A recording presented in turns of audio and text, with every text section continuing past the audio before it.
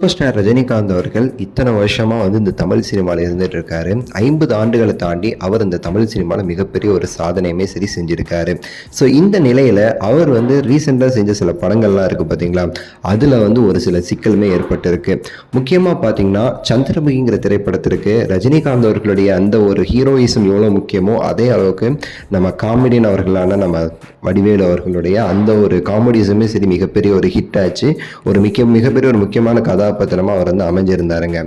ஒரு என்ன பிரச்சனை அப்படின்னா, அதுக்கடுத்து சிவாஜி திரைப்படத்திற்கு நம்ம வடிவேல் அவர்களை கேட்டிருக்காங்க. பட் ஆனால் வடிவேல் அவர்கள் நடிக்க முன்வர இல்லை. சில வார்த்தைகளுமே விட்டுருக்காரு.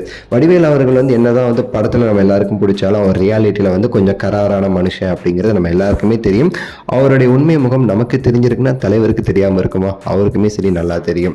குசேலன் திரைப்படத்தில் வடிவேல் அவர்களை காஸ்ட் பண்ணும்போது சூப்பர் ஸ்டாருக்கு ஒரே ஒரு விஷயம் என்ன அப்படின்னா, வடிவேல் எடுக்கிறீங்களா, நல்லா யோசிச்சுக்கங்க, சந்திரமுகி படத்திலே பட்ட பாடு உங்களுக்கு தெரியும் அப்படிலாம் சொல்லி ரஜினி சாருமே சரி ரெக்வெஸ்ட் பண்ணியிருக்காரு. பட் வாசு சார் இந்த படத்திற்கு கண்டிப்பாக அவர் தேவைன்னு சொல்லிட்டு, எப்படி சந்திரமுகிக்கும் வாசு அவர்கள் தானே டைரக்டர், ஸோ இந்த குசேலன் படத்துக்கு கண்டிப்பாக அவர் தேவைங்கிற மாதிரி ரஜினி சாரை கொஞ்சம் கம்பல் பண்ணி வச்சிருக்காரு.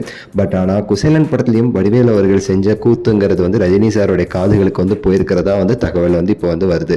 ஸோ என்ன சொல்கிறாங்க அப்படின்னா இந்த குசேலன் படத்தில் ரஜினி சார் முன்னாடியே நம்ம வடிவேல் அவர்கள் போட்ட சீனு இதெல்லாம் பார்த்து ரஜினி சாரே கொஞ்சம் டென்ஷன் ஆனாரு. அந்த அளவுக்கு வடிவேல் அவர்கள் அப்படி ஒரு சீனை போட்டு தாக்கி இருக்கிறாரு அப்படின்னு சொல்லி தகவல்களில் சொல்றாங்க.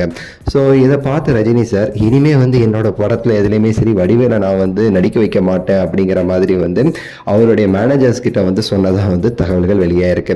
அதுல இருந்து இப்போ வரைக்கும் பார்த்தீங்கன்னா எந்த ஒரு திரைப்படத்துக்குமே சரி ஹீரோ டைரக்டர் வடிவேலு வேணும் அப்படின்னு சொல்லி சொன்னாங்கன்னா கதையை மாத்துங்க, இல்லை வேற மாதிரி காமெடியை போட்டு எடுக்கிற மாதிரி கதையை எழுதுங்கன்னு சொல்லி எப்படியாவது அந்த சிச்சுவேஷன் அவாய்ட் பண்ணிட்டு இருக்கிறாரா சூப்பர் ஸ்டார் அவர்கள்.